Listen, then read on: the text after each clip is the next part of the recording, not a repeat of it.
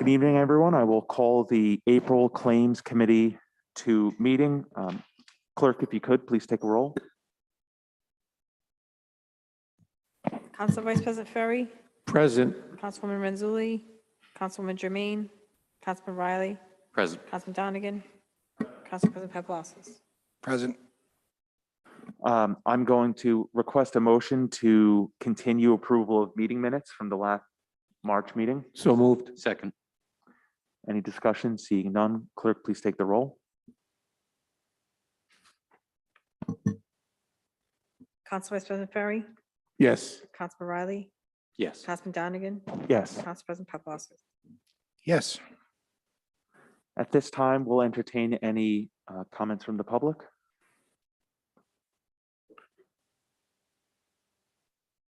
So the way.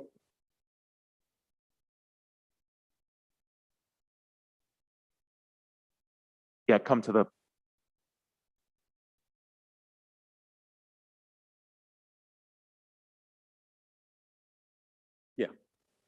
Okay, I'll start from the beginning. I went to high school with someone, Name and address. Name and address for the record. Anthony DeFusco, 81 Whitewood Drive, Cranston, Rhode Island, 02920.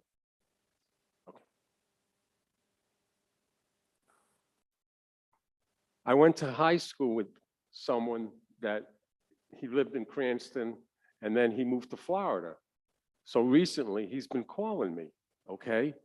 And, I don't want to blow him off. So, I talked to him, but after a while he drinks. So, I didn't really want to talk to him anymore. So I told him, that's it.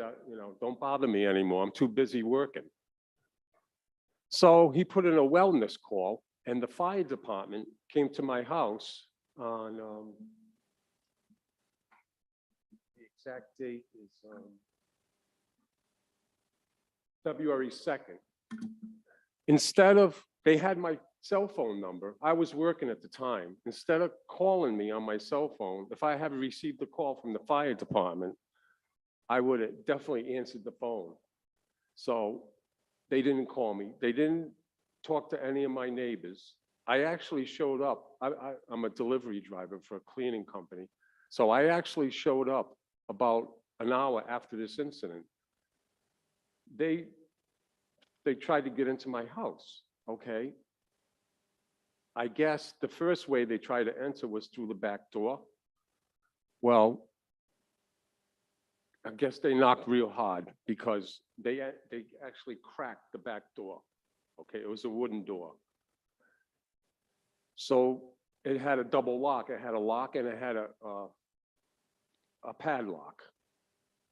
So then they went to the front and they went through a screen. They broke the screen and they got into my house and they went into my house, which really upset me because I don't want someone going into my house when I'm not there.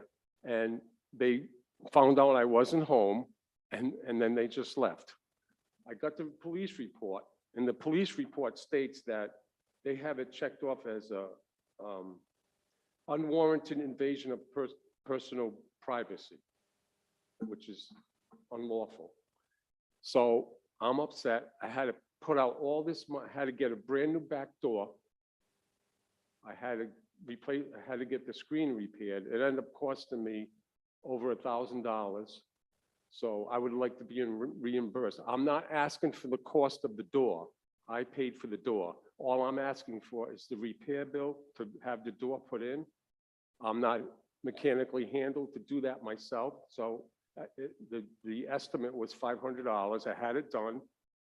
It actually cost me almost $2,000 because now that was a wooden door.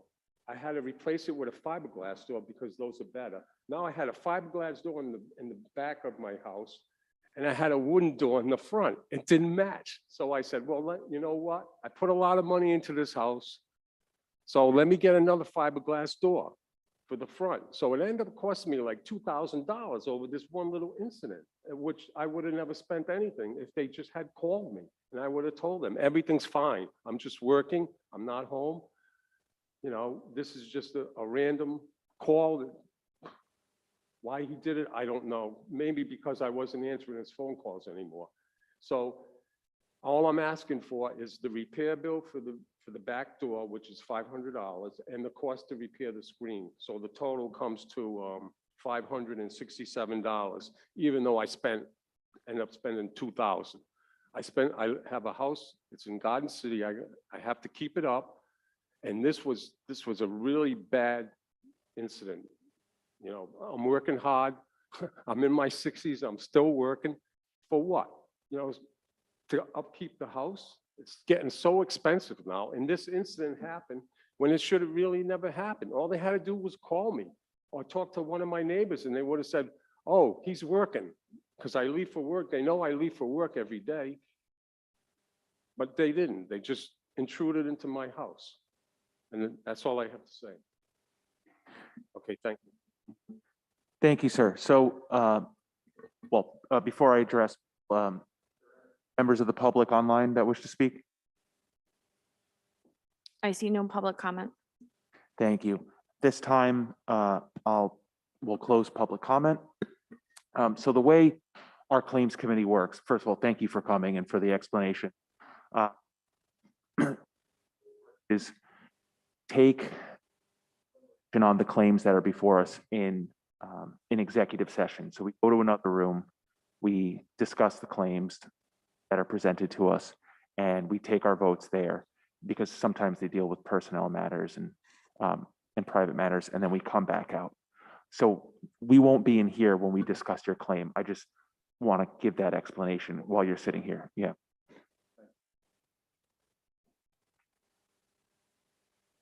At this time, I will entertain a motion to enter into executive session pursuant Rhode Island General Law 4246582.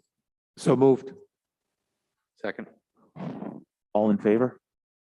Aye. Aye. Okay.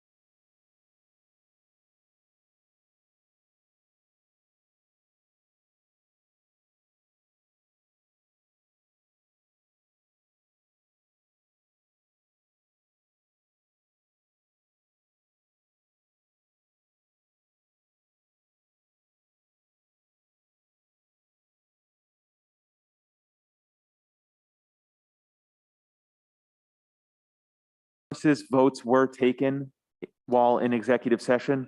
I will entertain a motion to seal the minutes. So moved. Second. All in favor, say aye. Aye.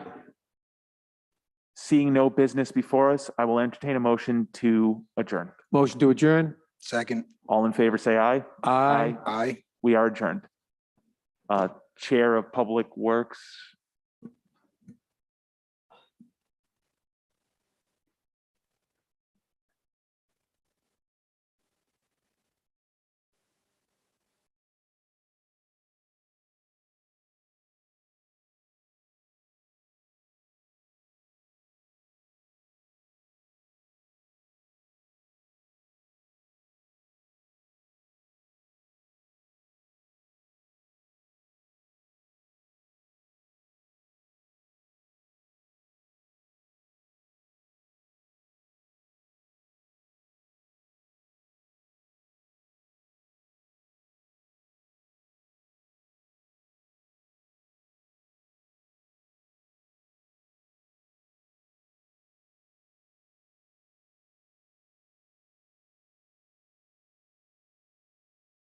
I'd like to call the Public Works Committee meeting to order. Madam Clerk, please take the roll. Councilwoman Marino, Present. Councilwoman Renzulli, Councilwoman Vargas, Councilman Riley, Present. Councilman Campiano, Present. Council Vice President Ferry, Present. Council President Paplaskas. Present. Okay, I'd like to entertain a motion to approve the prior meeting minutes. So moved. Rose, Madam Clerk, please take a roll.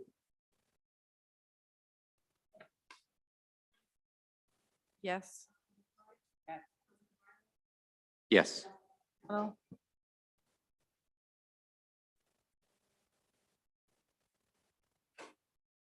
Yes. Yes. Okay, first on the agenda would be committee business matters carried over. The first is placed here by Councilwoman Jermaine, and she is not here, so would it be best to just continue that to next month? I'll make Or a we move motion. No, I'll make a motion to continue then. Yeah, we might have our Public Works Director settled in by then too. All right, so we have a motion. Motion to continue. Second. Rose, please take roll. Councilwoman Marino, Yes. Councilwoman Vargas, Yes. Councilman Campiano, Yes. Yes. Yes. Next, we have a status of debris cleanup at Yard Works. Councilwoman Marino, floor is yours. Thank you. I will ask the administration for an update. Director McCauley and I did go out to that location recently and saw, some areas of concern for us. And he was to circle back with legal counsel administration. So I'm not sure where that stands. This might be something that we want to continue to next month. I don't know, Solicitor Verdecchia, if Director McCauley spoke with you or not. I have no information or knowledge regarding that. I mean, I'm working on the Superior Court case, but that's as far as I go. I haven't been to that site in 2 years, so I couldn't tell you. I haven't spoken with Director McCauley either, so.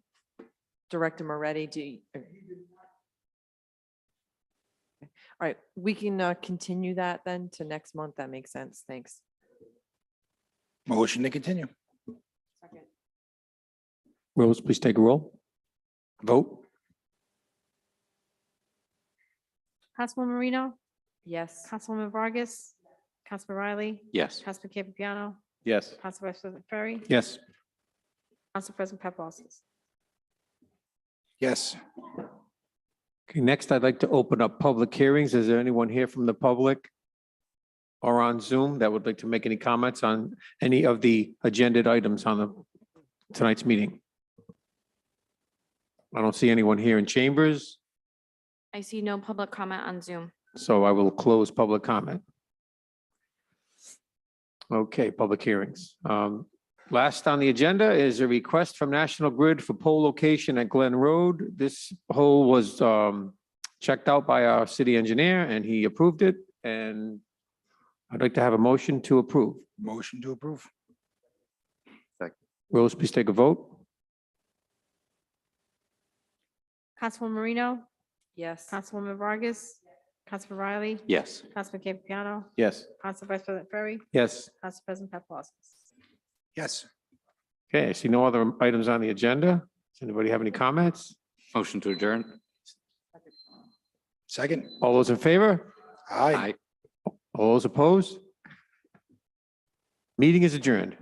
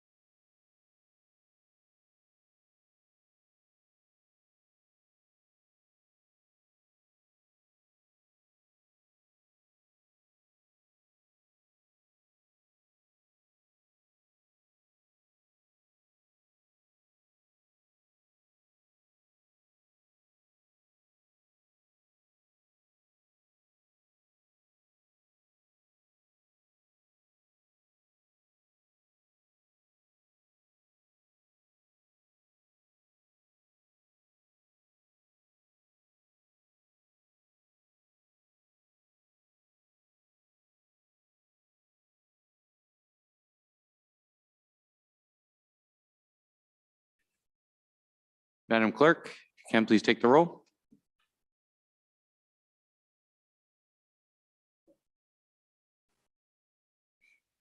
Council Vice President Ferry, Here. Councilwoman Vargas, Councilwoman Jermaine, Councilman Campiano, Present. Councilwoman Renzulli, Present. Councilman Riley, Present. Council President Paplaskas. Here, I would entertain a motion to dispense with the reading of the minutes and So accept moved. them. second, Any discussion? Seeing none, Madam Clerk, please take the roll. Council Vice President Ferry, Yes. Councilwoman Vargas. Yes. Councilman Campiano, Yes. Councilwoman Renzulli, Yes. Councilman Riley, Yes. Council President Paplaskas.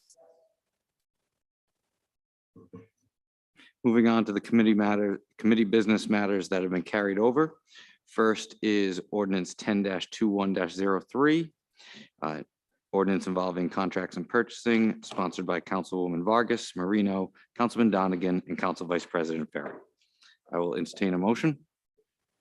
motion to approve. Second. Any discussion? Councilwoman Vargas? Yes, thank you. So the ordinance that has come before us this evening, I am asking if I'd like to put a motion to continue it for the June meeting. There is one small piece that I'm actually having conversations with our legal counsel. And so in my conversation with him, I'd like to move this to the June ordinance meeting, please, or continue it. I'll withdraw my motion to approve and make a motion to continue. Second. Any discussion? Seeing none, Madam Clerk, please take the roll. Just for clarification, that's June. Yes, it'll be for the June ordinance, please. Council Vice President Ferry, Yes. Councilwoman Vargas, Yes. Councilman Campiano, Yes. Councilwoman Renzulli, Yes. Councilman Riley, Yes, Council President Paplaskas. Yes, thank you. Next is ordinance 2-22-02. Ordinance entitled Buildings and Construction, sponsored by Councilman Donegan and Councilwoman Marino, co-sponsored by Councilwomen Jermaine and Vargas. I'll entertain a motion. Motion to approve. second, Any discussion? Councilman Donegan? Thank you, Chairman. I'll take this on. So first, I just want to say thank you to my colleagues, the co-sponsors who helped with this ordinance, as well as input from too many people to list off, but I'll kind of just give some background on how this was kind of came about. I think I've been open about the fact and my belief that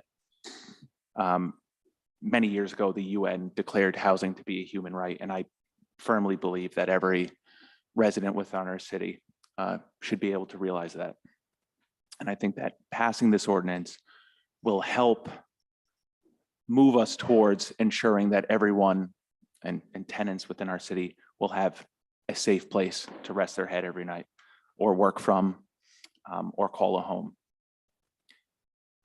Statistically, and this isn't a surprise, the housing stock in our city is aging, particularly on the eastern side of Cranston. And with aging housing comes potential hazards and unsafe conditions. Example one, students entering kindergarten here in Cranston.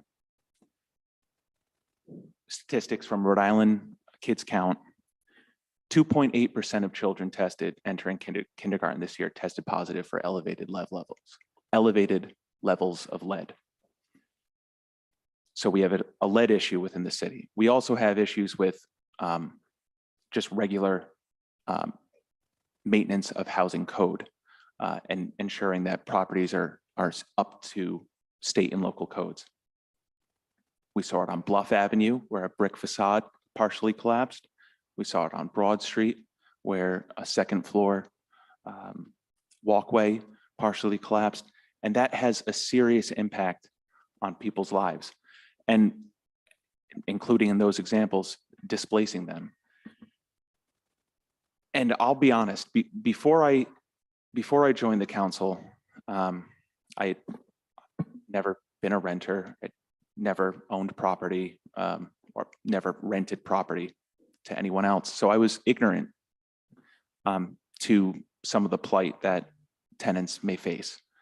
And I recognize that, well, if the unit they're living in is out of code, law says that they're free of retaliation. A landlord can't retaliate against them if they were to bring up any issue. And about 2 months into my first term, I received a call from someone in the Arlington neighborhood who had concerns about the conditions of the unit that they were living in. The heat wasn't working. There was a leaky pipe. They were concerned about water damage leading to mold as well in the future. And my gut reaction was, well, let's call the inspections department, because that's what they're there for. And I mean, you could hear the trembling in her voice. She said, you can't. If you get them involved, they're going to know it was me that called. They won't renew my lease in May.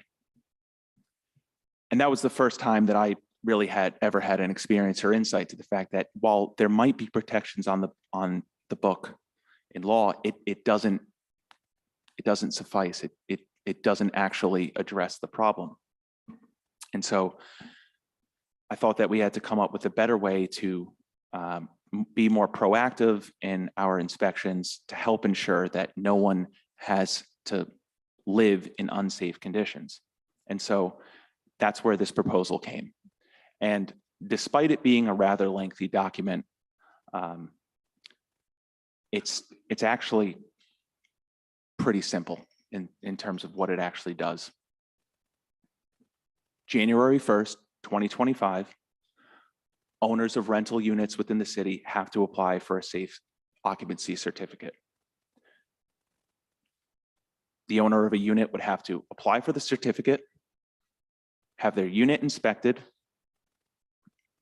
and to ensure that the unit is up to state and local codes, have any applicable lead safe certification, which is already required by state law, and pay a $100 certificate. $100 fee. And that certificate would be good for 3 years. So essentially, if you're a landlord in the city of Cranston under this proposal, you'd pay $100 every 3 years, $33 a year if you want to average it out, $3 a month. You have to make sure that your rental unit is up to code, which you already have to do.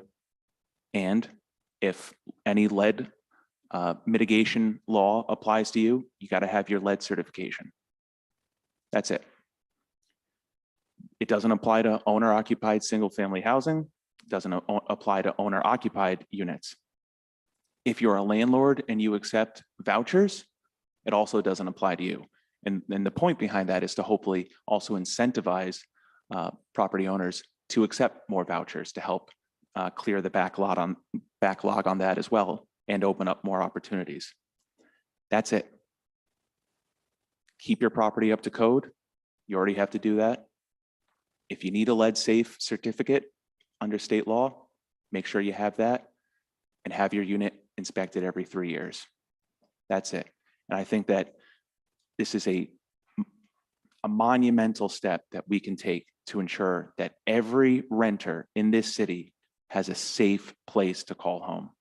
And I would really encourage the body to pass this. Thank you. Thank you, Councilman Donegan. Councilman Campopiano.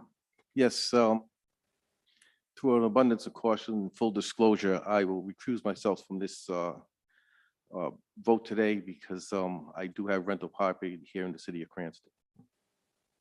Thank you, Councilman. Anybody else like to be heard? Just wanted to remind you about public comment moving forward. Thank you. Thank you. Yes, since this was continued over, we did not have public comment on it the first time, and I realize that now. So we'll pause this, and I'm going to open it up for public comment. And Is there anybody in chambers that would like to be heard? Yes, just please come to the podium and give your name and address for the record, and the floor is yours. Hi, Marcia Fowler, 35 Fowler, 35 Milton Avenue. Milton and Cranston. Okay. I realized when I was writing up what I wanted to say that Councilman Donegan, my husband and I bought our first house when you were 10. So I thought that that was interesting. So my husband and I have been property owners, landlords for about 21 years now. We've had 2 multifamilies, one in Councilman Donegan's ward and one in Ward 1. So we started out, as many 3-family landlords do, as first-time home buyers, living owner-occupied in a house that passed inspection and was up to code when we bought it. So I'm speaking mainly on multifamilies. Many 3 families in Cranston are bought by young, first-time home buyers who live in their house that passed inspection and had no code violations. Many of us did have plans for emergencies such as hot water, heaters breaking, appliances breaking, and situations that immediately affect tenants. But what's not planned is having multiple expensive code changes to a house that had no code violations when purchased. I think we need to step back and take a closer look as to why some multis aren't up to current code and address those issues prior to passing another ordinance. My suggestions: often code updates aren't done for 2 reasons. As I said, they're costly, and also no one knows about them. Passing another ordinance for safety sounds good in theory, but landlords need to know what is already expected of them. Clicking on the ordinance link and trying to read through pages of city ordinances is confusing. I learned about new ordinances only through word of mouth. I suggest a single-page checklist of the top items an inspector will be looking for. By knowing ahead of time what needs to be done, landlords can work on these items prior to an inspector coming, with hopes that the apartment will pass and the inspector will not have to return. In the long run, it will save time and money. I also suggest when those of you running for re-election knock on doors, use that opportunity to pass out pamphlets about updated ordinances. Kind of a, did you know that the fire code changed? Did you know that about the lead issue certification? And I suggest using the yearly tax letter that comes from the mayor as a time to send out information also about new and updated ordinances. Some multis are owned by single parents, elderly, and people who inherited a rundown childhood home. The city can offer low interest loans to qualifying landlords for the more expensive updates, such as the fire alarm systems. The ordinances need to be published in a variety of languages so all landlords can read them. And I suggest if the safety ordinance passes, that Cranston Housing Authority use it as an opportunity to highlight the benefits of renting to people using a voucher, such as you mentioned, John. Info about how to be a Section 8 landlord can be sent out with every safety certification. For those landlords who pass the first inspection without having to make changes, give them a break and say the next inspection will be in 5 years instead of 3. And in addition, all current codes for single-family houses need to also be followed. My multi needs to be lead safe, yet we all know the exteriors of many single-family homes that are sanded and painted with no lead safe precautions. And what about the single family on South Marion that had multiple complaints prior to the fire? So safe home, I feel, should be safe home regardless of whether or not it's single or multifamily. And as always, council, thank you for all you do. Although I do not want this ordinance passed, I truly appreciate your dedication to Cranston. Thank you. Thank you. Anyone else in chambers? Mr. Murray?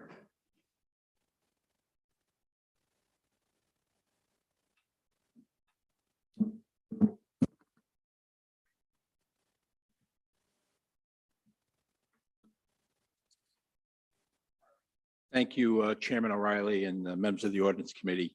I appreciate the opportunity to speak. I want to briefly elaborate on some of the comments that I offered in my letter of April 12th, 2022, which I believe the clerk has shared with the committee. At the appropriate time, I'd asked that my letter be accepted as part of the record of the hearing. I want to first acknowledge an error in my letter. I questioned the establishment of the Housing Board of Review in the ordinance. When I used the search tool on the front of the city's website, it didn't come up. It also did not appear on the website's list of boards and commissions and is not listed with the Secretary of State's office under their public body list for Cranston.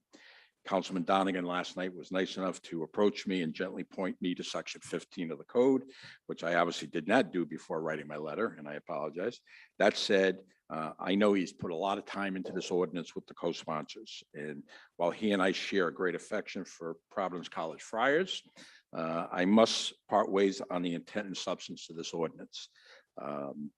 Councilman Donegan has done his best to promote this ordinance as a Cranston safe occupancy ordinance with some nice graphics on Facebook, and I told him that last night. It suggests that if you're not supporting this, then you must be against safe occupancy for residents and tenants. And I urge you not to follow down that rabbit hole. Everyone wants safe dwelling units, and I suggest that most housing units in this city are already in compliance. I represent a number of landlords who take seriously their responsibilities to provide safe, clean, lawful housing in the city. Are there people who do not? Absolutely. If you say no to this form of this ordinance in its form, you're not saying no to safe housing. You would be saying yes, in all honesty, to less intrusive government, yes to less administrative bureaucracy for residents and landlords, and no to adding thousands of dollars in costs to the city, and no on imposing increased duties on an overly taxed Department of Inspections who cannot undertake the substantial obligations they already have. This is not as simple as creating a new administrative structure with more employees and charging $100 each for each certificate to pay for it. The implementation of this ordinance has far-reaching impacts, from requiring personal information from landlords that has no correlation to safe housing and puts in the public domain information that nobody should have to share. This is big brother government that I don't support, and I would encourage you not to. The whole requirement of having to provide the city a lead safety certificate is just the beginning. You need to understand the cost of obtaining a lead safety certificate is not just $100 to the city. It is paying an approved outside inspector to come and view each unit covered. It could mean spending hundreds or thousands of dollars to bring a property up to the latest code. And then once you have the certificate and file it with the building inspector, they must conduct an inspection of each unit and determine that each one is not in violation of the Cranston City Code. What does that mean? Cranston specific code provisions are somewhat outdated, so they adopt the state building code. Which code applies to which specific property? Are there any grandfathered units? When you say code, are we also talking about the plumbing, electrical, and fire code? All required separate disciplines and different inspectors. Under this ordinance, the building official must go back to his office and send a certified letter detailing violations and a date for corrective action. Respectfully, have you tried lately to hire any tradespeople? Never mind the supply chain issues and getting the right or proper material and supplies. I asked, what is the city's legal exposure if they issue a safety certificate and later there is a problem with the structure or a component part that they just signed off on as being in legal compliance? The ordinance impacts commerce and the real estate industry by requiring on a sale that the former owner shall transfer to the new owner a current certificate, and then the new owner is obligated to amend the information within 30 days of its transaction. What happens if they don't? On lines 90 and 91, you raise violations. It mentions violations of federal, state, and local building, zoning, and housing codes as cause for revocation of a certificate. Now we introduce the zoning official into the process with the other inspectors. On line 95, it speaks to sending renewal notices to managing operators, resident agents, and trustees. I assume it's an omission that you don't include just regular property owners of one or a two-family house or a three-family house. Not everybody has a property manager. The enforcement action introduces the Housing Board of Review into this process. It was established under our ordinance as an appellate board for property owners to appeal from a compliance order they receive. In this ordinance, it is set up as an enforcement arm of the building official. If you review the existing Housing Board ordinance, which technically exists only on paper, a person brought before them has the right of court review of any adverse decisions by filing a writ of certiorari in the Supreme Court. The lawyers on this committee can explain it better than I, but if you are summoned by the Board of Review as a landlord, your only appeal is by a discretionary writ to the state's highest court. And they may or may not allow the matter to be heard. In my written correspondence, I provided a breakdown from the tax assessor that I received at the beginning of March on the number of dwelling units in Cranston. If only 8 to 10% of the 20,000 single-family homes are considered eligible under this ordinance, because not, people in single-family homes that are not, that are rented to other people, they don't necessarily live in, we're potentially looking at, in my opinion, upwards of 9 to 10,000 units that could require certificates. Because that list I gave you, if it's a 3-family house, there's 3 units. So it's just not 494 3-family houses, it's 1,200 units. Most property owners, I respectfully suggest, are doing the right thing. The city should go after the small percentage of those who are not. The approach should be targeted and reflective of the city's ability to undertake the effort. Safety, yes. Burdensome bureaucracy, no. Safety, yes. Government intrusion, no. Safety, yes, but do it by balancing the rights of the law-abiding property owners. I thank you for your time. The only other request I would make, one of my clients, Pursuant Real Estate, submitted a letter before the last ordinance committee meeting, and they asked me to ask you to also make that part of the record if it's not already part of the record. But again, thank you. I compliment everybody who's tried to work on this ordinance. I don't know if we need to take a step back and look at it, but I thank you for your time. Thank you, Mr. Murray. Is there anyone else in chambers that wishes to be heard? Is there anyone online that wishes to be heard?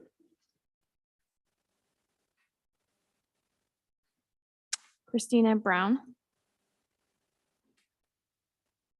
Hi, Christine. Just a name and address for the record, and the floor is yours. Thank you, Chairman. My name is Christina Brown. My address is 217 Armington Street. Apologies for not being able to get there in person. I am calling in to support the ordinance before you.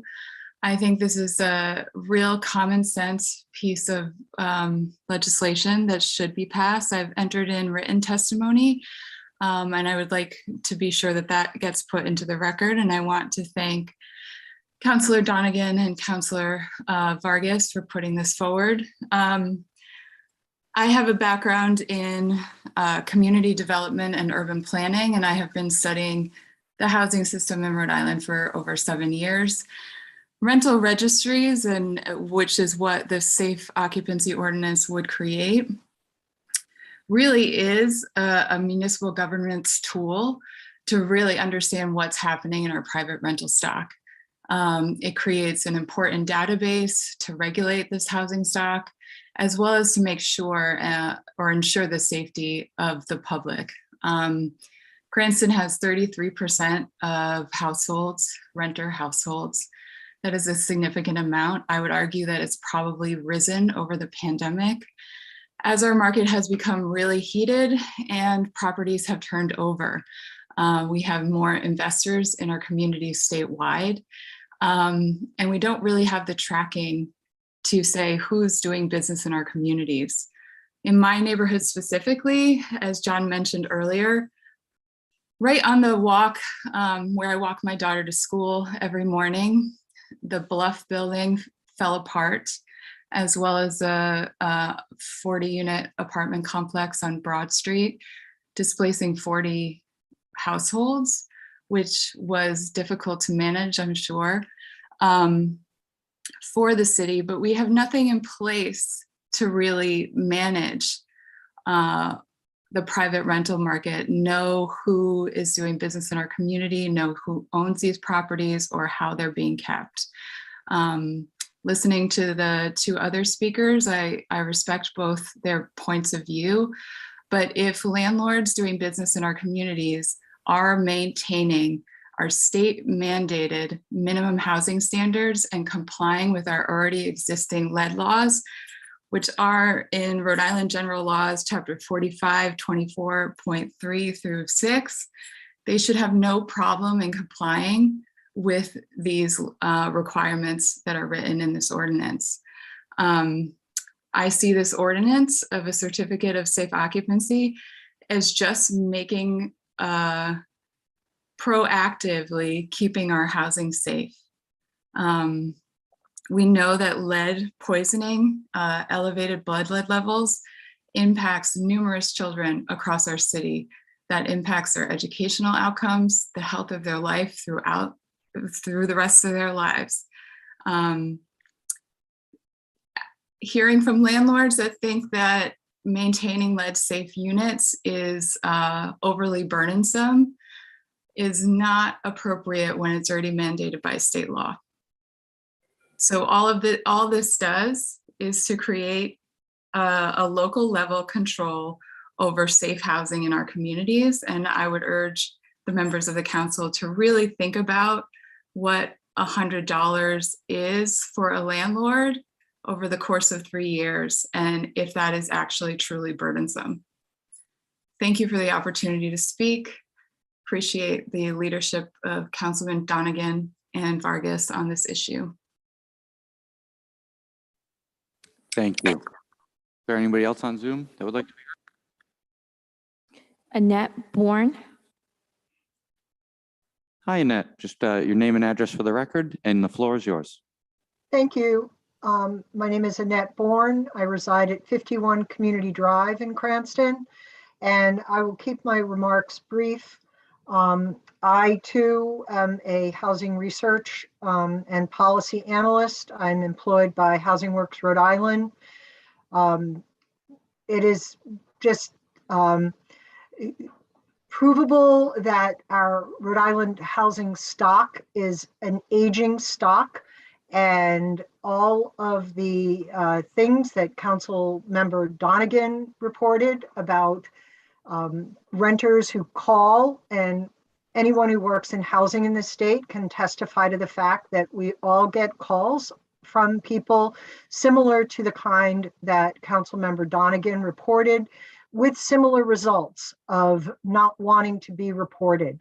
I recognize that there are many lawful and caring landlords, and I would hope that they might actually see this as a benefit to being able to rent their properties, as well as perhaps creating more value for their property.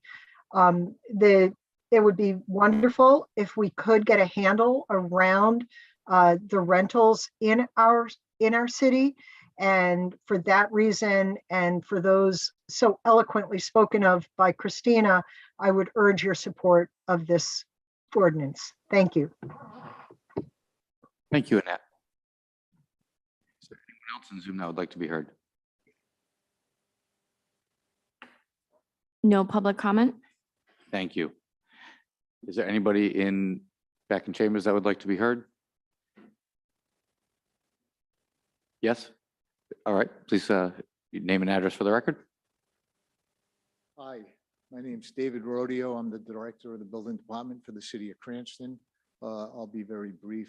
I just, first of all, want to agree with Mr. Murray and all in his direction and what's going to happen with this. I'd like to just discuss how to implement the infrastructure that something like this would cause. I don't know how many units we're talking about. I'm not sure what the qualifications for the inspectors have to be. What code are we following? We have a state mandated property maintenance code already. So I'm not sure when you say code, what you're talking about. But basically the infrastructure, I mean, if we're talking 20,000 rental properties in the city, from an Airbnb to a single family house to a 200 unit apartment building, I think that's a pretty big employee staff, which means more room in offices, software, vehicles, pays. That's about all I have. Thank you, Mr. Rodeo.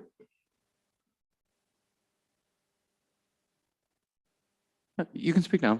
Yeah. Chief Murray. Thank you. First, I just want to disclose I personally do own rental properties myself, but I don't think there's a conflict. I just want it for disclosure purposes. But representing the administration is First off is, we feel that Councilman Dunnigan's initiative is aspirational, but perhaps not practical. We feel that the ordinance is more for the exceptions than the rule. And many of the people, most good landlords will have to go through a process that's another burden to them, and to be administrative and making those phone calls if there's follow-ups, if there's any issues. There's issues in dealing with the city and getting through the city and having inspections follow up, and the inconvenience of it. But that's not the whole thing. But first off, the mayor is for safe occupancy of our residents. The problem is that we feel the regulations are too onerous on the landlords for many, many reasons. I'll be brief. I'm just gonna get topically. And then if you're gonna realize that this ordinance would be unique to Cranston, will be a barrier to attract investors into the city, whether it be single family renters or multifamily or larger developers. And the key thing that Mr. Rodeo indicated, we think it's going to unreasonably burden the resources, certainly in the given these requirements and inspections and perhaps fire. With that, it would also probably be unreasonably financially costly to the city. That those considerations must come into play. The mayor feels that the current laws, regulations of many, many facets, whether it be federal, state, and local, are adequate addressing the fundamentals of safety of our residents. And that's fundamentally it. The only other question would be, does this ultimately, with the additional cost to the landlords, be passed down to the residents in an already stressed marketplace? And that's a consideration also.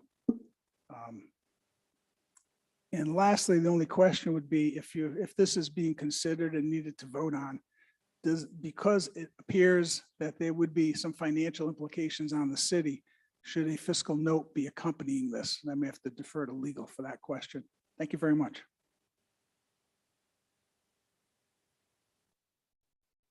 Thank you, Chief. Through the chair, if I may. Yes. The comments of Director Moretti and Director Rodeo actually are a good segue into what I was going to bring up. I think when this was on last month, and someone can correct me if I'm wrong, I thought I had indicated at that time that procedurally that the ordinance was not in proper form because of the absence of a fiscal note.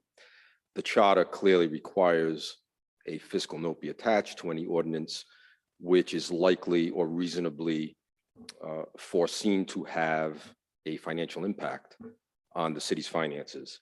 And based on what I'm reading and also what I've heard from both directors, it seems pretty obvious that, and also Mr. Murray's comments, it seems pretty obvious that if there are in fact thousands of rental units, that translates into thousands of certificates and thousands of inspections which need to be conducted. And with that is a commensurate increase in labor, hours, personnel, so on and so forth. And of course, we all know that translates into cost to the city. So I think in this instance, particularly with an ordinance that is as far reaching as this, I think it's pretty obvious this would have a fairly significant impact. I mean, I'm not the finance director, obviously. I don't know what that would be. All I wish to point out is that I think of all the ordinances that come before us, this one really does need some type of fiscal analysis be done. So I apologize if I thought I had said that at the last meeting. I don't know what the status is. No one has brought it to my attention. If there is one attached, I apologize, but I inquired of the clerk. I haven't seen it.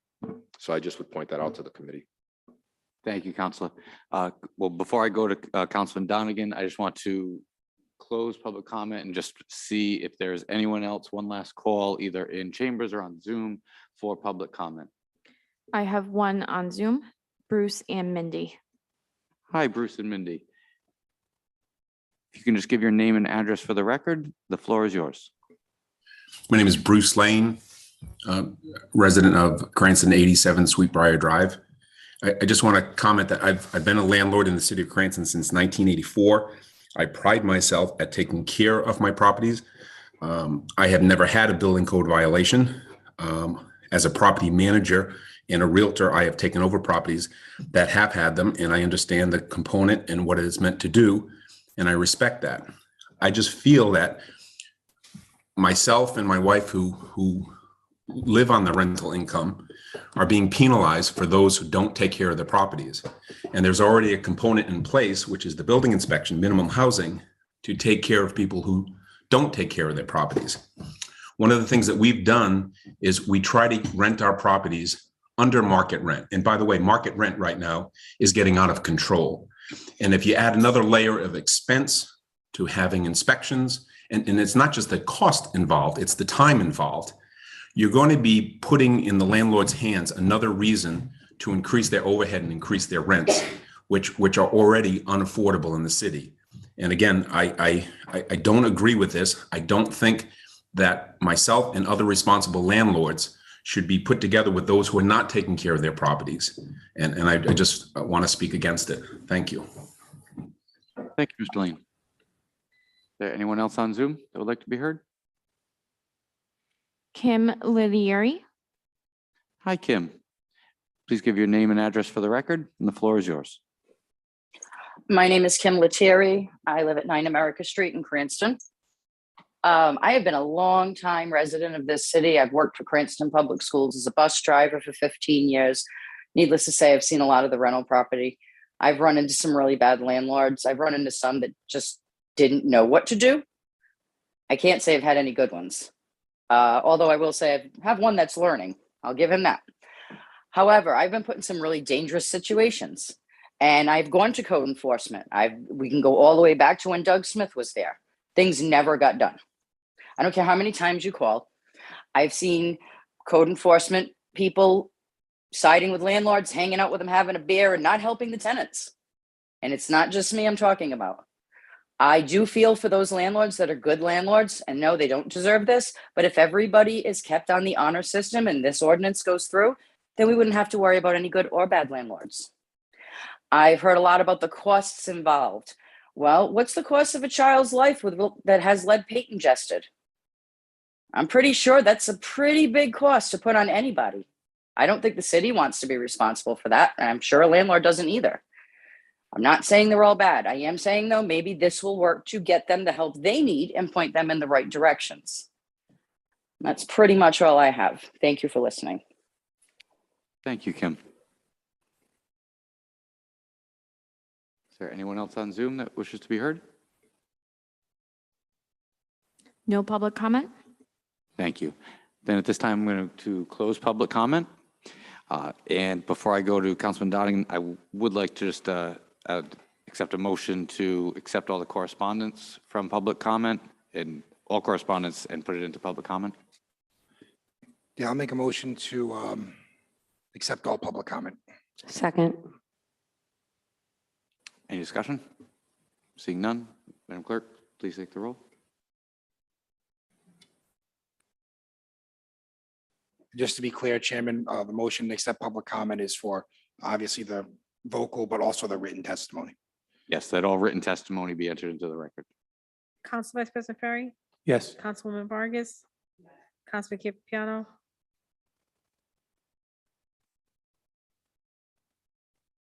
Cruz.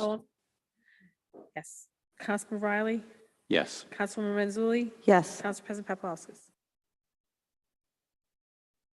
Thank you. And so we do have is there a motion on the already pending? Yeah, I believe there was a motion to approve in a second on Okay. on the original.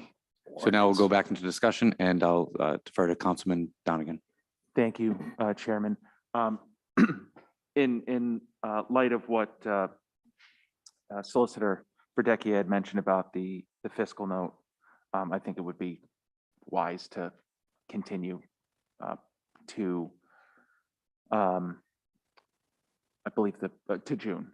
I would say to June of this year to get a fiscal note, and we can do a deeper dive into the approximate cost of the ordinance if it were implemented, and I can try and do a little bit more of a deep dive on potential revenue from the $100 based on, and we can kind of compare, you know, what the cost would be, what the actual impact would be. Councilman Papakis? Yeah, under discussion, I don't know if I made a motion before, if it was me seconding or making it, but I think it's prudent to make a motion to send this to June, per the solicitor and his recommendation due to the charter. So this is my thoughts. So do you withdraw your motion to approve? If I did make it, I'll withdraw and make a motion to continue to the June ordinance committee meeting. Do I have a second? All in favor? All right, any discussion? Seeing none, Madam Clerk, please take the roll. Oh, I'm sorry. If we have a question, should we ask now or wait until June to ask us now? Okay, this might be to Director Rodeo, but I just would like to understand, a couple people brought up upon the inspection, do they need a plumbing inspection, fire code, electric? Do we need all of that? So like 4 different inspectors or just one housing inspector to go out and do this? So I don't know the intent of through the ordinance, but I think that changes things, probably changes the fiscal note, the amount of time this is going to take, and, you know, wreaks havoc on the schedule. Yes, please. Mr. Rodeo, can you come to the microphone?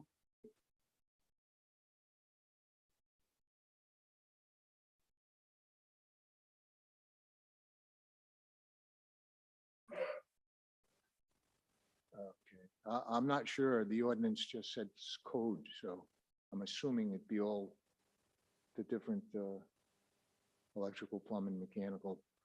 On the bigger projects, more than a 3 tenement house, the fire has to go through it as well. Fire alarms are tested quarterly by the fire department, and also sprinklers. There's testing requirements for that. That's through the fire department. That's on the bigger projects.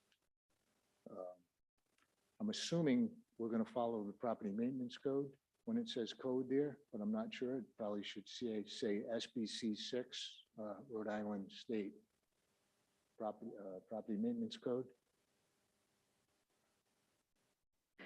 Mr. Rodeo, can I keep asking questions right now? If I may, and it's up to you if you want to say them now, it sounds like there's going to be a lot of changes that are getting clarified and made. So perhaps maybe with those changes, we could ask these questions might not be relevant in June. So it's up to you. If you want to ask them, feel free. It was just a thought.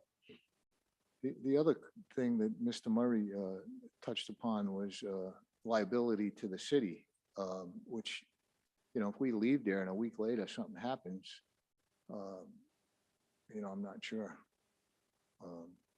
What should the qualifications of these inspectors be, and how do we coordinate that with the fire department on the bigger projects?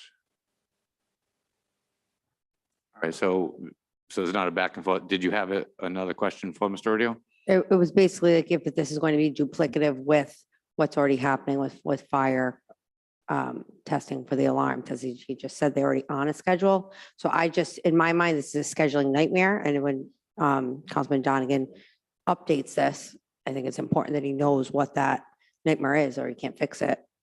Or we're going to be doing this again and again until this is, I don't want this to take months. I guess what I don't understand about the whole process is if somebody puts a call into our office within 48 hours, we're responding to that complaint.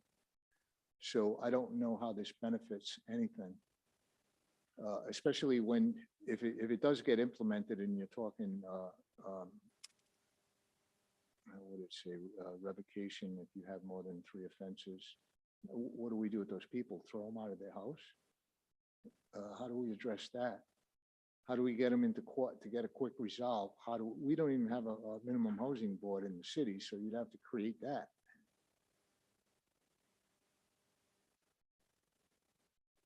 Okay, all right. Thank you, Mr. Rodeo. Oh, Councilwoman Vargas and then Marino.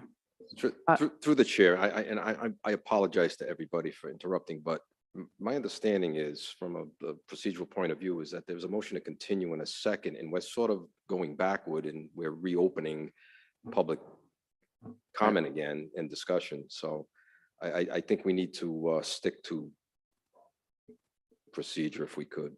Thank you, Counsel. I would say at this time, the solicitors to approve has been withdrawn. We're here on a motion to continue. If there are any questions related to the motion to continue or discussion, we can certainly talk about that. Yep, Councilwoman Marino. Thank you. Director Rodeo, pertinent to when we continue this matter, you mentioned that about the complaints that come in. You keep records for the number of complaints that come in, correct? And the corresponding violations? Yes, we do. Each inspector has a spreadsheet of their daily appointments, what they were out there for. Was it a recall? Was it a first inspection? Was it court action? And what the violation was. So if this matter is continued to June, would you be able to have that information for us? The problem is it's just a spreadsheet, so I'm not sure.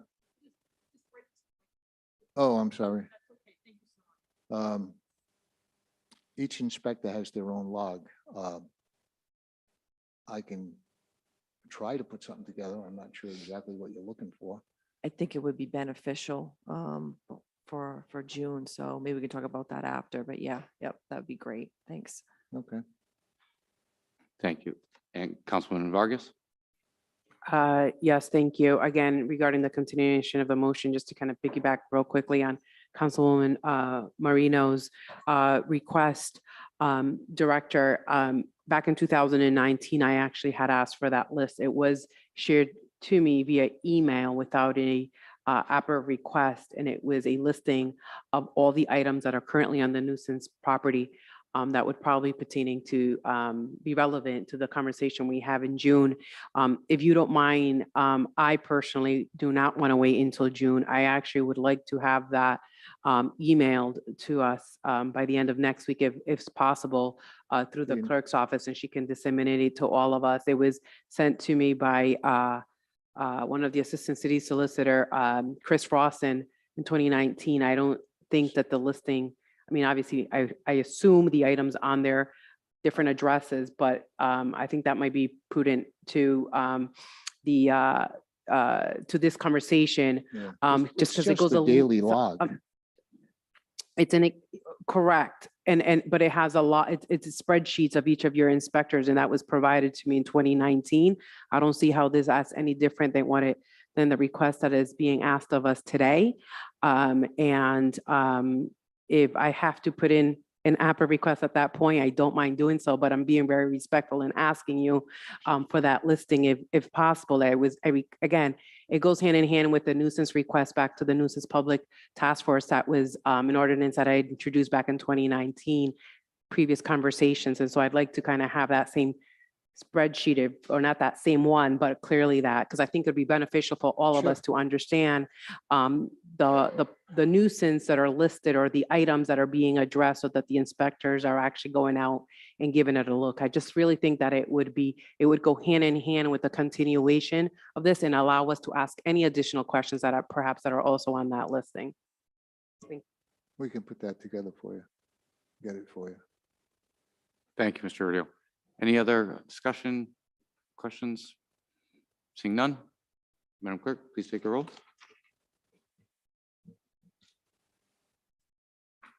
Council Vice President Ferry, I just want to make sure we're voting on to continue to June. Yes.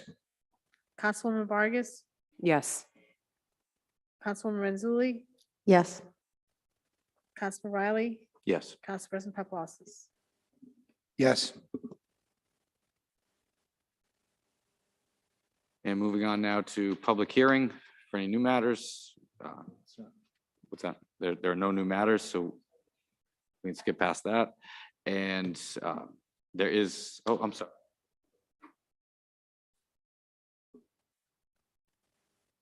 I will entertain a motion to adjourn. Motion to adjourn. Second. All in favor? Aye. Aye. Any opposed? This meeting is adjourned.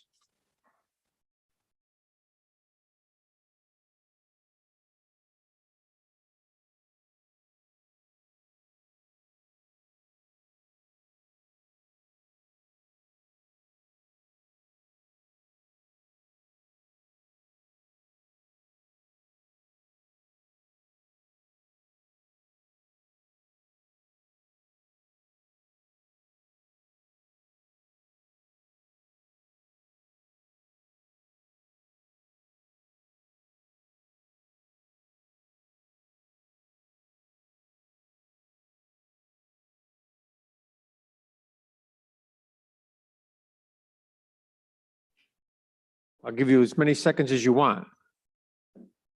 Does anybody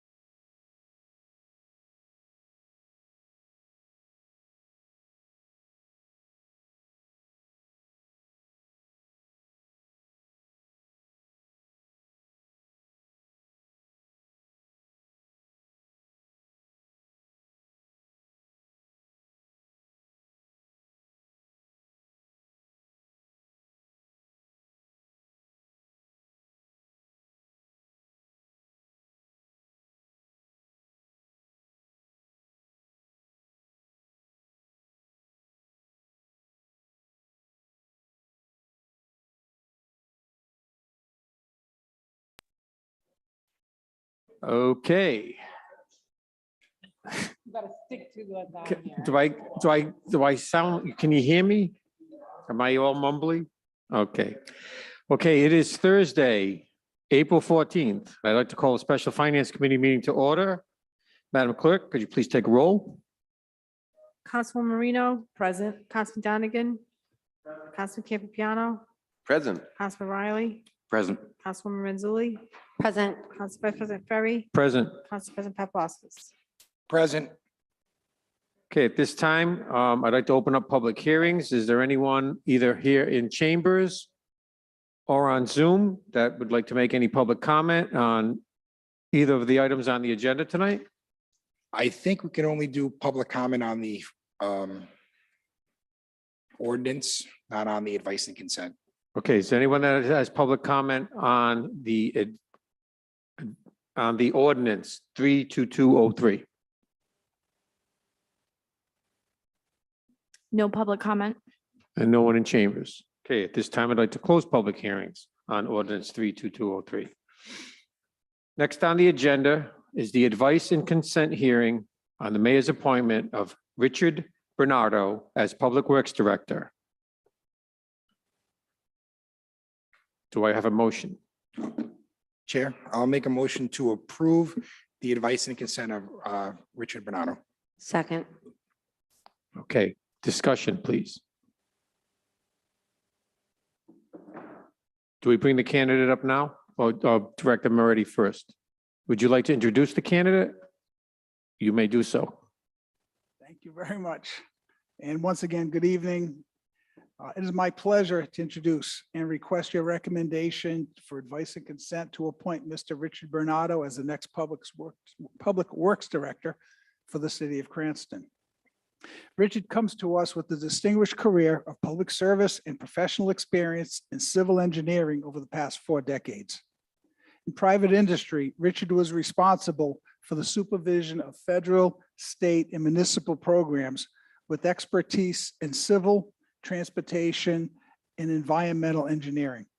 He previously served as Cranston's Public Works Director beginning in 2029, I believe ending in 2010, before continuing his distinguished career in other government and private sectors. Richard's vast experience in government didn't end there. He served at the Rhode Island Department of Transportation, where he was responsible for in-house design engineering. There, Richard managed bridge design, pavement design, and materials.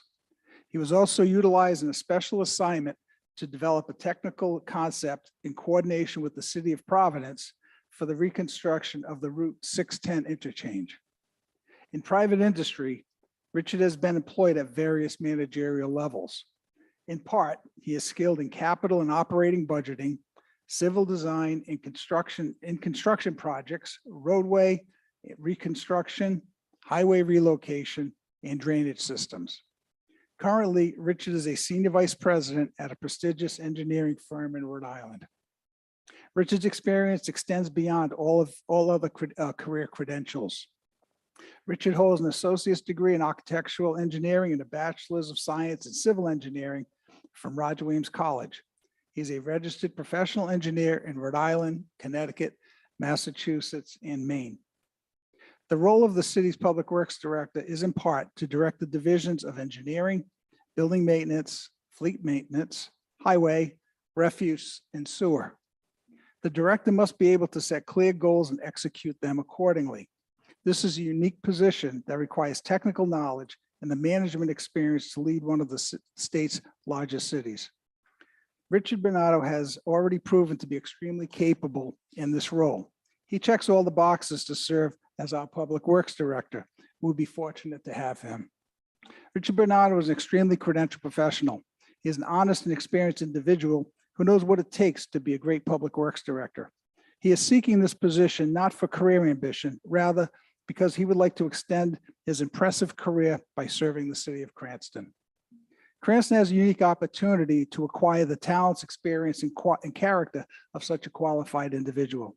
Mayor Hopkins respectfully requests your recommendation for advice and consent of Richard Bernardo. At this time, may I introduce him, please? Yes, you may. Richard Bernardo, thank you. Good evening.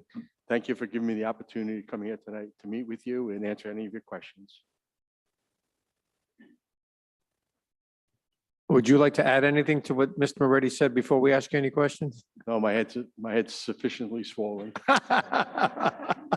Okay, we'll start with Council President Paplaskas. Thank you, Mr. Chairman. Welcome, Mr. Bernardo. I'll start with an easy question. What's your plan to fix the Wilbur Avenue flooding? No, I'm kidding. You don't have to answer that, but we will expect an answer in a few months if you get through advice and consent. Really don't have any questions, just comments. Your resume is extremely impressive.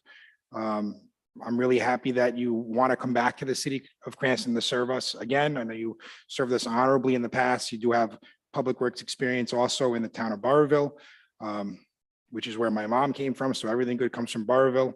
I will absolutely support your advice and the consent. You bring a lot of experience here to us. And I know with that experience, you also have your ability to oversee all of the multi-million-dollar infrastructure projects coming to the city. And I hope with your 40 years of experience, you can save us some money on those projects by looking at them through your expertise and through your eyes. So certainly we'll support your application here, and thank you for stepping up to serve us. Thank you. Does anyone else have any questions for Mr. Bernardo? Councilwoman Marino. Thank you. Thank you to the chair. Thank you, Mr. Bernardo, for taking the time this evening. And you do have quite an impressive resume for this position. I had just a couple of questions. One was your prior service to the city. What was your determining factor as to why you left that position at that time? That was what, 2009 to 2010. And was it a full year? Like, did you go through all the seasons here to get that full experience? Yeah, yes, it was actually 14 months, and actually in the middle of it was the historic floods. And I think a lot of that, the historic floods took a lot out of me. But the honest answer is that at that particular time, I have 3 daughters. And there are certain demands of raising a family. And some of the decisions I've made in my career was to take care of my family. The private sector does pay much better than the public sector. And at the time, I had an opportunity with 3 college educations and weddings coming up. Uniquely now, my youngest daughter lives in Lexington with her husband. So this is like coming home. Understood. Thank you. And my other question is, again, it might be obvious, but your current employment as a senior vice president at the Beta Group, if you were to get our advice and consent and take on this role, you would be resigning from that position, correct? Oh, absolutely. I have nothing further this evening, but thank you very much. Thank you. Councilman Donegan. Thank you. Good evening, sir. Thank you for your interest in serving here in Cranston. Very impressive resume. The one question I have is, with the influx of money coming in, federally for certain, potentially for capital improvements, I'm not going to say it's quite New Deal era-esque, but it's similar. Is there anything in particular, just on your preliminary thoughts here in Cranston, that you see that we could improve, or that you would try and make a priority? Well, I think that we have to go through, you have a consultant, iParametrics, giving advice to the city right now as to the proper spending, the way to spend the opera money. That person that's advising you, Jeff Stevens, actually worked for me when I was at McGuire in doing emergency management. And that's why I left the city of Cranston after the flooding. That firm was advising us, and that firm reached out to hire me. So they're well talented, and they'll be able to make some very good recommendations on the best use of that money. But I also know that you have a very good pavement management system in place, so you might be able to advance some of those priorities. But until I get in and start looking at it, it's really hard to give you a specific example. Councilwoman Vargas.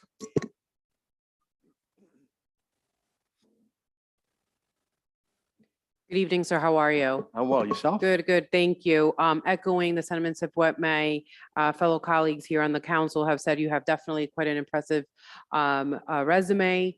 I'd definitely say qualified for the position. You're a Leadership Rhode Island 2021 class. I'm currently in the 2022 class, just as an FYI. On there, a lot of the questions were that I had were already asked as well. So I just wanted to kind of let you know that I will be voting this evening for your advice and consent. I look forward to working with you, and we're hoping, at least I'm hoping, that perhaps you would be able to play an instrumental role in opening up the Park Ave Bridge that has been closed. I'm hoping that we can I do work know on some that. people at DOT. I really appreciate that. Thank you. And I'm sure the residents and students as well. Thank you. It makes it difficult to get to my daughter's house, so I have a priority. Any other questions? Councilwoman Mazzulli. Thank you. Just quickly, how do you feel about the use of technology? Are you more old school in this position, or you're open to innovative and use of technology to work with Public Works? My answer is the best of both worlds. I personally am old school. I still carry a wooden pencil, but I am open to technology. You have to stay up in, and even the pavement management system that you're utilizing, that's one of ours. That's one of the company that I'm at right now. And I've always pushed technology.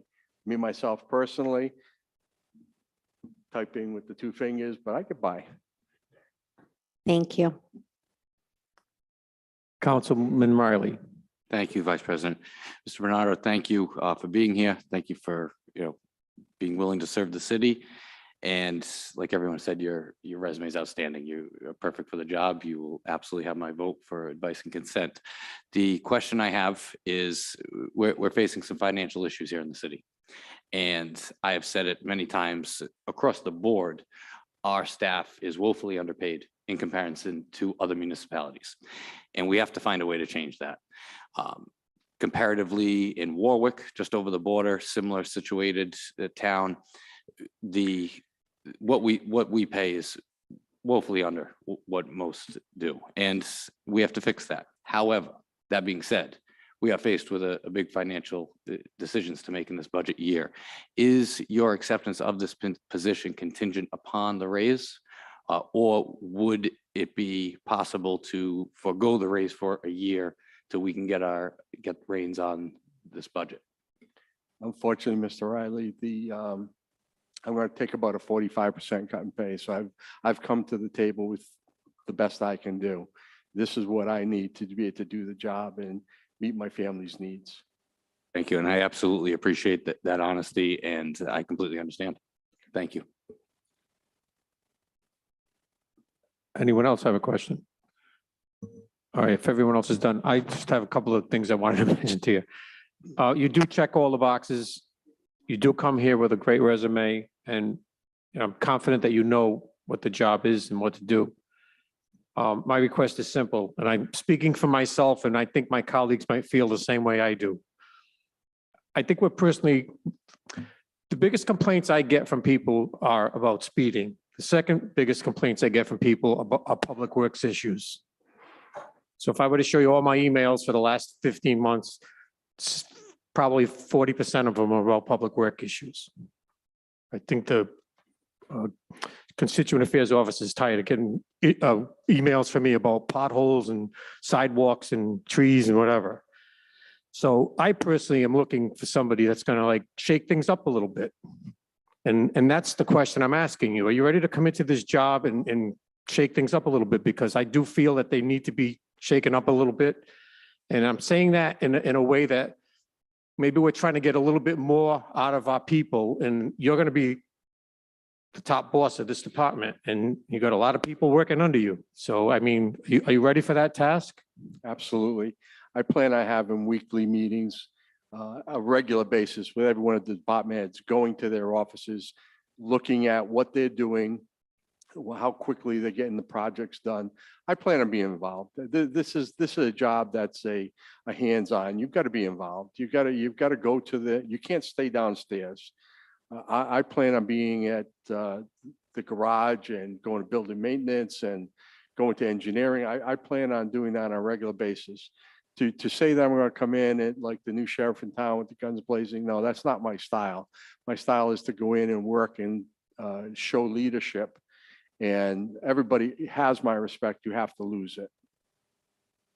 Okay, appreciate your answer on that, and thank you very much. And we're hoping that we can see some results. Me too. You have another question? I said I was going last. I'm just Yeah, joking. I'm so Councilman sorry. I Fox. apologize for that. I'm just piggybacking on what Councilmember Riley said. And like I said I definitely support you for the role. I think you're definitely qualified on here, more than qualified actually, which is great. I just had a slight concern after you actually had just mentioned something. I think this might be an ordinance coming before us as well at some point regarding the salary. And so you had said you would not take it if the salary would not be increased. And I'm not sure if I'm kind of derailing, and I don't want to violate any laws or so in discussing this, but I think this is all under the ordinance coming before us. The dollar amount, I want to say it's about 119 to an increase for a vote up to 127, a 7,000 and change salary difference. I'll be honest with you, I have a really, really tough time supporting that increase. I am wholeheartedly all hands on deck to support your advice and consent from the mayor's office, but I honestly cannot support that a salary increase for the time being. I definitely think about it with maybe breaking it down next year, getting a sense as to where we are in a better structure, only because of a tax proposed increase. And obviously schools are also asking for money, $19 million. I don't want to get out of line. $19 million also for the American Rescue Plan being used as well, all within the budget. In my right mind, I would not be able to support that salary increase. I am not sure if it doesn't go through I think you mentioned you would not be able to take the position. However, I just want to let you know that I support you for this role. I will be voting for the advice consent, but I unfortunately would not be able to support the salary increase for this position, at least not now. Thank you. Council President Paplaskas. Thank you, Chair. I have a comment on the salary increase too. Do you want me to say it now or hold it for the next vote after the advice and consent? You can say it now. Okay. I'm not happy that we have a tax increase coming, and this council is working very hard to find cuts wherever we can. But I do think when it comes to your position and your experience that you bring to the table, you are going to find, that's why I prefaced my comments with finding savings. I truly believe you're going to find way more than $7,000 in savings in the millions of dollars of projects that we have come in front of the city every single year. So for that reason, I will support the salary increase, which I think is minimal. It's $7,000 or a change. It's not a big jump over what the prior director was making, but we're also not getting someone off the street that this is their first public works director job or one of their first jobs, being an engineer. This job comes with a lot of qualifications that are needed. And I really, really do believe that you're going to save us that money over and over again, that 7,000, and expect it. So I will absolutely support it. Thank you. Thank you. Anyone else? Councilwoman Vargas. Just a quick correction. I'm not on the finance committee, so obviously I'm not able to vote on this tonight, but I just wanted to make sure for the record, if it passes and goes before the full council, if it passes. Thank you. Okay, Thank you. thank you very much. Okay, Madam Clerk, please take the vote. And this is on the advice and consent. Vice So a consent yes would be to approve, correct? of Richard Bernardo as Public Works Director. Councilwoman Marino, Yes. Councilman Donegan, Councilman Campiano, Yes. Councilman Riley, Yes. Councilwoman Renzulli, Yes. Council Vice President Ferry, Yes, Council President Paplaskas. Yes. congratulations. Okay, next we have ordinance 32203, which transferring appropriations and amending the budget for the fiscal year commencing July 1st, 2021 and ending June 30th, 2022 for administration position changes, Public Works Director, General Fund, sponsored by Mayor Hopkins. Do I have a motion to approve? I'll make a motion to approve. Second. Discussion. Councilwoman Manzulli. Thank you, Vice President Ferry. I just want to confirm with the administration that this increase is already in the budget, correct? It's already budgeted for? Yes. Okay, thank you. Councilwoman Marino. Thank you. This is not an easy issue for me. I want to make clear to Mr. Bernardo and just the general public to understand, while your qualifications may, give a reason to have that kind of salary, there are other people that work in this city, even in lower level jobs, that justify an increase as well. And it is only, let's say, $7,000 or $8,000. And to Council President Paplosky's point about the savings, I can't get away from my concern for the financial situation that the city is facing with the budget that's been presented to us and that we're working through.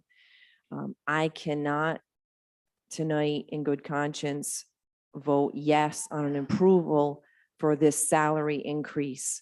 And to Council President Paplosky's point, I'm sorry, I digress from that, is in my mind, just me, and we're all individuals here, a good faith effort in that regard would be, 6 months into the job, if there is a savings of, $7,000, $8,000, $10,000 or more, then at that time, that would justify that kind of increase. And I would be open to revisiting it at that time. And given that the budget in that department is in the millions, that's not unfathomable that could actually occur within 6 months' time, that kind of savings.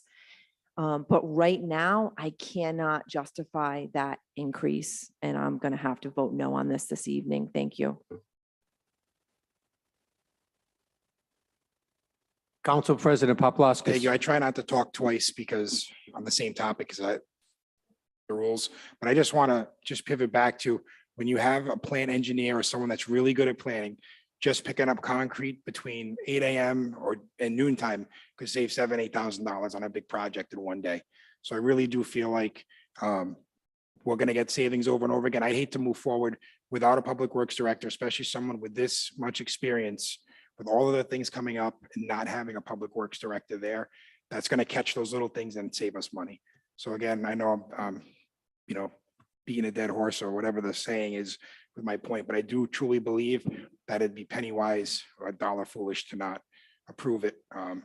It's not a big jump, and the savings will definitely show up. So thank you.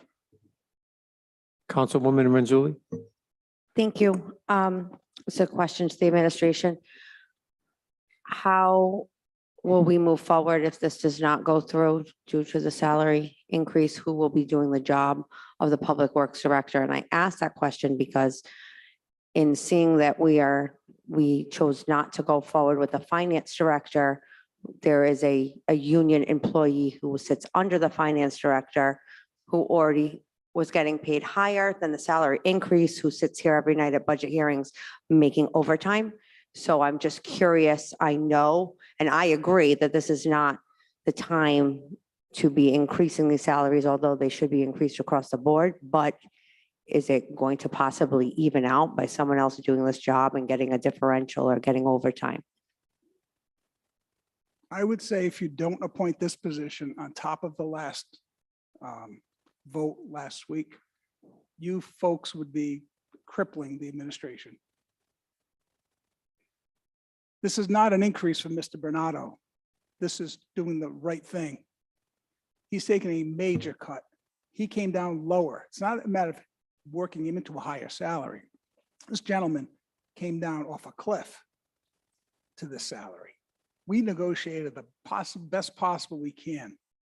Do the right thing for the city, please. Mr. Bernardo is abundantly qualified. He will pay for his entire salary many, many times over. For $7,000, it's a very good investment for the city of Cranston. Thank you very much. I just would like, can the director of personnel, can someone answer though, if someone is going to be doing this job in the interim? And if, Me. I'm just looking for a I cost will be, associated. I will be the acting I am the acting DPW director. Okay, that's what you got. And filling in the role is a supplement to the finance role. There comes a point in the city, we have to put our big boy pants on, and we ask you to do that this evening, please, and next week. Thank you. Councilman Riley. Thank you, Vice President. So while I wholeheartedly agree, it would put us in a tough position if we did not move forward and have a Public Works Director. I also agree that this isn't a very large race. And I also agree that across the board, we pay too little. But what I don't agree with is that the onus of this is being put on the 9 of our shoulders. Because yes, under normal circumstances, this increase, yes, all day. But unfortunately, a couple of weeks ago, we got a book put on our desks that could debilitate this city. And these 9 members here are doing everything they can to not waste federal ARPA funds, to not put a tax increase on the citizens of Cranston. So in the same breath as putting that before us and then asking for more, that's what we're struggling with. So we will wear our big boy pants, but give us something we can work with. Thank you. Councilman Donegan.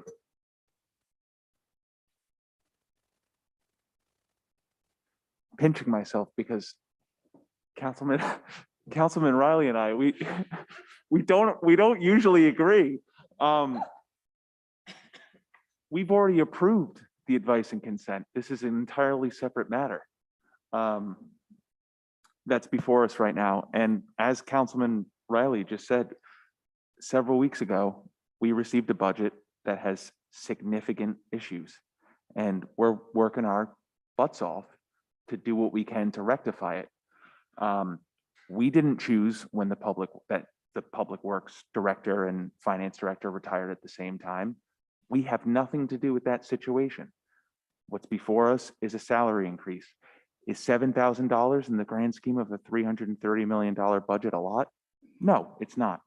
But there are also plenty of people within the city, from the schools to the library to the senior center to City Hall, that also deserve raises that might not get one, you know, if they're not in a contract, or deserve more who can't because of budgetary restraints. So I don't think it's fair to come to us and say, we need more when we're also being asked to take away from other places. I'm undecided on how I'm going to vote on this evening because I want you to be the Public Works Director. And I have to come to that decision in myself, but I take significant issue, respectfully, Mr. Moretti, with you suggesting that we have to put our big boy pants on, because that's what we show up and we work our butts off every time we come to this chamber and beforehand. And for you to suggest that we're not doing that is disrespectful to the 9 of us. Councilman Campo Piano. Well, first of all, I don't say much, but when I do say something, it's important to me. I am an employer, and I've been an employer for 38 years. And there's one thing I did learn in my 38 years. Whenever I try to cut and pay someone less or bring someone in to do the job, it always costs me more money, every single time. You have to pay for quality, and this man brings quality to the table. The Director of Public Works is the face of our city. It's our sidewalks, it's our roads, it's everything. And that's what's very important to the city. And I look forward to working with him and making the city a better place. And I am positive that he will save that $7,000 right off the bat. So that's what I have to say. Thank you. Councilwoman Vargas. Yes, to To the administration, if possible, on this. The ordinance that's being proposed again from 119 to 127, 219, spot 42 on there. Does that also include the benefits? Thank you. The benefits as well for this position, the full like benefit package? I assume it does not. That's just salary. Doesn't include any hospitalization or anything like that, but just benefits in general, correct? Correct. So in a sense, it's obviously going to, it would cost adding benefits to it, depending on if benefits is decided to be taken. And it's not waived, whether it's family or single. How much more would it cost this position? Well, every salary has benefits attached to it, and that number varies, obviously. Actually, I think you just found the money. Great suggestion. I believe Mr. Mason received family benefits. We have to double check that, but Mr. Bernardo will not be accepting healthcare.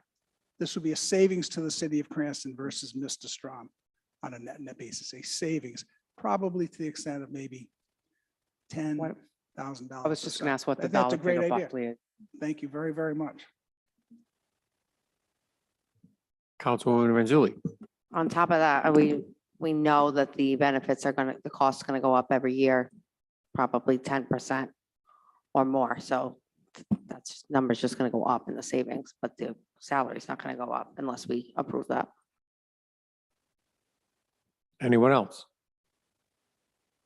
If I may, Certainly. if it's appropriate through the chair, I take Mr. Moretti at his word, but since Mr. Bernardo was here and was kind enough to make that gesture, which frankly is appealing to me, if you could go through the formality of at least stating it on the record, that would be a bit more satisfying to me.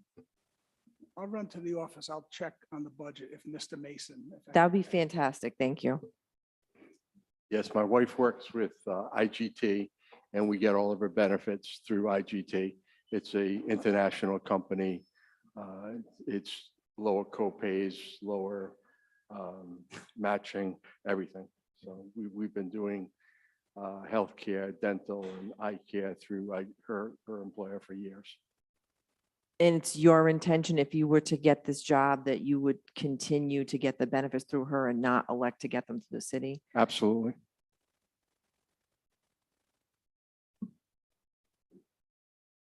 Actually, Director, sorry, through the chair. Councilwoman Vargas.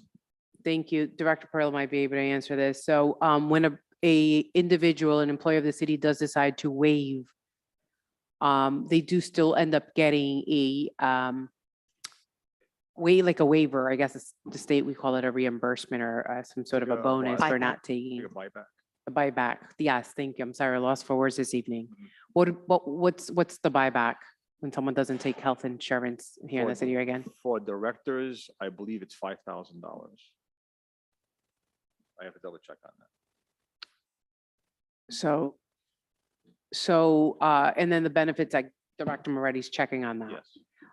So if just hypothetically, if the benefits were, let's just say $10,000, but then the Public Works Director would get the buyback, 5,000 back.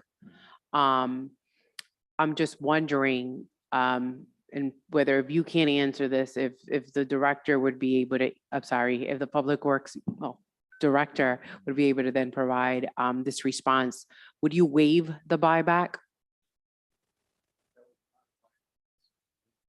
Be able to come down to 44.5% that I'm coming down to. It's still a net savings for the city, 10 versus 5, net savings of 5, but I did need that extra 5 because I will be down from 44. I'm thinking, truthfully, I think healthcare is more than 10. I think healthcare is probably closer to 20. Yeah, no, yeah, it is. And I'm just, well, the director is looking for the dollar amounts to be fair. That's why I'm asking, in addition to obviously what it's going to cost on the benefit side, but also on the waiver. Just wasn't sure if there would be, if you would consider the waiver as well, if it's 5,000. I can go over process if I could quickly. So we advertised for the normal process. We got 3 applicants. So 3 applicants applied for the job. 1 applicant ended up backing out. So we actually had 2 applicants for the position. And just to review salaries, so statewide, the League of Cities and Towns did a survey of public works director was one of the categories that they did survey. So just an example, Barrington, 122 is the salary. Newport, 145 for the director. Providence, 132. South Kingston, 152. Warwick, 125. Woonsocket, 123. So the number that the mayor has put forth is not out of the realm of comparisons in the state. And like I said, I know other departments are similarly not staged, but the opportunity to fix it for this position is now. It's not down the road, it's now. Director, did you mention South Kingstown's Public Works Director? Yes. Did you? Okay. 152. 152. Yeah. I had that number in my head from last week. I looked at all of them. We're waiting for Director Moretti to come back.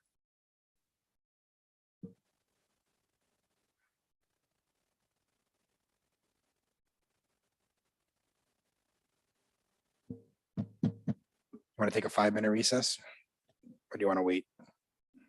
Wait another Wait, minute? let's wait another minute. It's We'll wait another with minute. the or two. risk. Yeah, I know. So I'll ask another question, just for the record.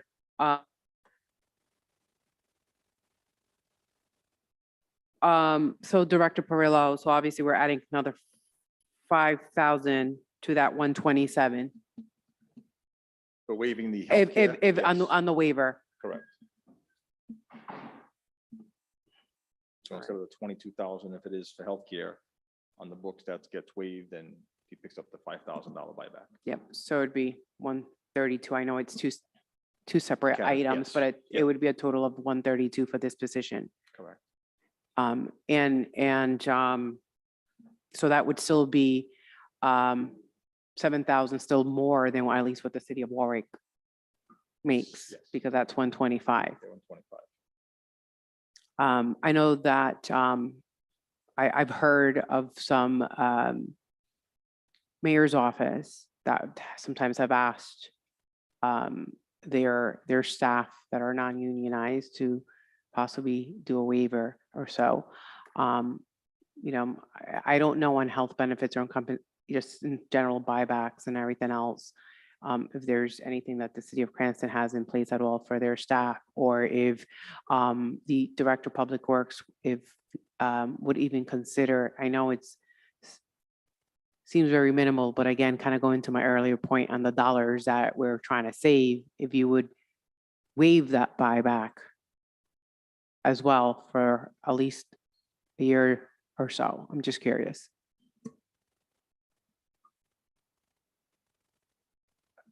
Actually, I've already done that analysis, Councilwoman, and when you talk about the Warwick being 125, you still have, you got to keep the apples and the oranges together. What's costing Warwick, where I live, for the Public Works Director will cost a lot more than what you're going to pay for me, because when you add his health care to the 125, they're paying the 145, where you're going to be paying 135. So 3rd largest city, making more. Thank you. Appreciate it. I'm just trying to save your daughter from paying higher taxes. And I've got to try to do the best job I can of selling myself, and the fact that, you know, you can't just take the salary and say it's higher than Warwick's. If I'm giving up the health care and he still takes the health care, and I know I know him very well, you add that 20,000 to his 125, it's 145. But would you be open to even the payments to be broken out into different in fiscal years? I'm just curious, as some of the conversations that were just done earlier. I'm just. Council President? I have a question that's not fiscally related. Mr. Bernardo, I noticed you had all those certifications in all the states any reason why you keep one in Maine and Connecticut and Mass? Does your work take you to all those states? Or do you just, I would love to put those all on retired status and save that money. There's no need for me to have it if I'm not in the private sector. I would keep Rhode Island's because it's a requirement of the position, but I could just put those other states on a retired status. what kind of work did you do in the other states in Maine and? Well, same thing. We have offices throughout New England, so I'm doing professional engineering in every state. Okay, thank you. Sorry if I derailed the finance questions. Council Vice President. Councilman Riley? Thank you. And I just wanted to make a comment with respect to the health insurance discussion. And before I do that, I just want to again say to Mr. Bernardo, I don't want you to feel as though you have to defend yourself or sell yourself that you are worth it. You are far worth more than what we could pay you. And I want you to know that I know that, and I appreciate you even working with us to this level. And I would be happier, nothing would be happier than to be able to pay you that money. We have a $300 and now $30 million budget. And we're in a really tough spot right now. So I want to assure you of that. And whatever we can do to keep you and get you on board, I hope that we can do. One comment I did have on the health insurance, and I don't say this that you would, but life happens, life changes. Spouses lose jobs, spouses retire. That single plan could be a family plan tomorrow. So I don't even know if should be part of our analysis tonight. So it's not like, unless that was part of the contract. We have, my position is that in such a year, there should be no discretionary raises whatsoever. That's non-contractual. That's a position I'm taking, and that's not something I'm coming off of. So, but I do want to make sure that I personally said that, Mr. Bernard, you are worth every penny, and if not more. If I can add just one more thing, sorry. So we did interview one other gentleman besides Mr. Bernardo, and during the casual discussions, he was also going to be looking for more than the 119 that it was currently being offered. So this is not really an outlier than what Mr. Bernardo is asking for, or we're actually offering him. Director Moretti, did you have anything to report to us? Yes. For fiscal 2022, which is this current year, Director Mason in the budget, now I didn't speak with him, but it's budgeted hospitalization of $18,890. And in the mayor's proposed budget, there is for the Director of Public Works, Health Mate, there's $19,340. So if Mr. Bernardo was hired, it would be a net decrease of approximately $12,000 or so. Plus the buyback. Combining the medical and the salary differences.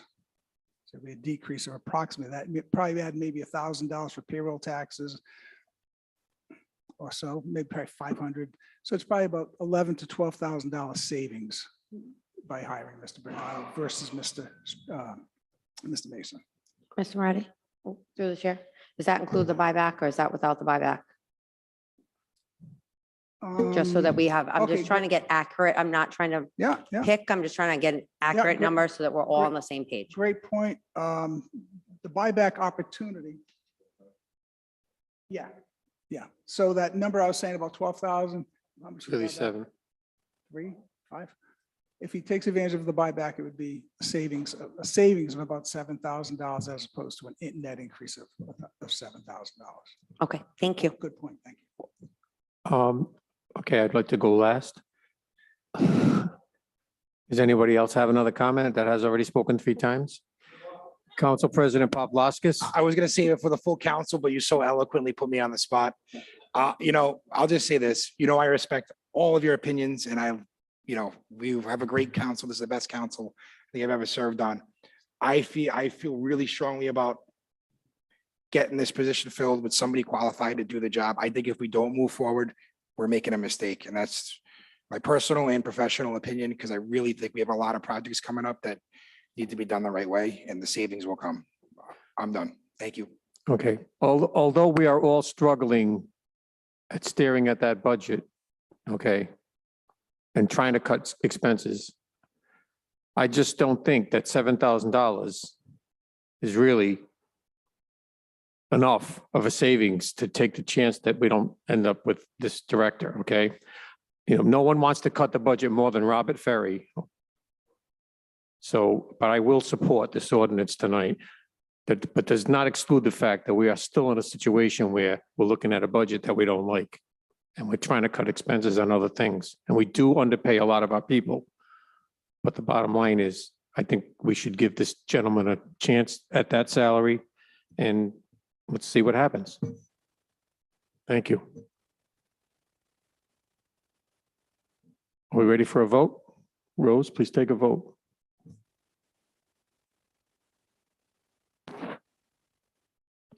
Councilwoman Marino, Yes. Councilman Donegan,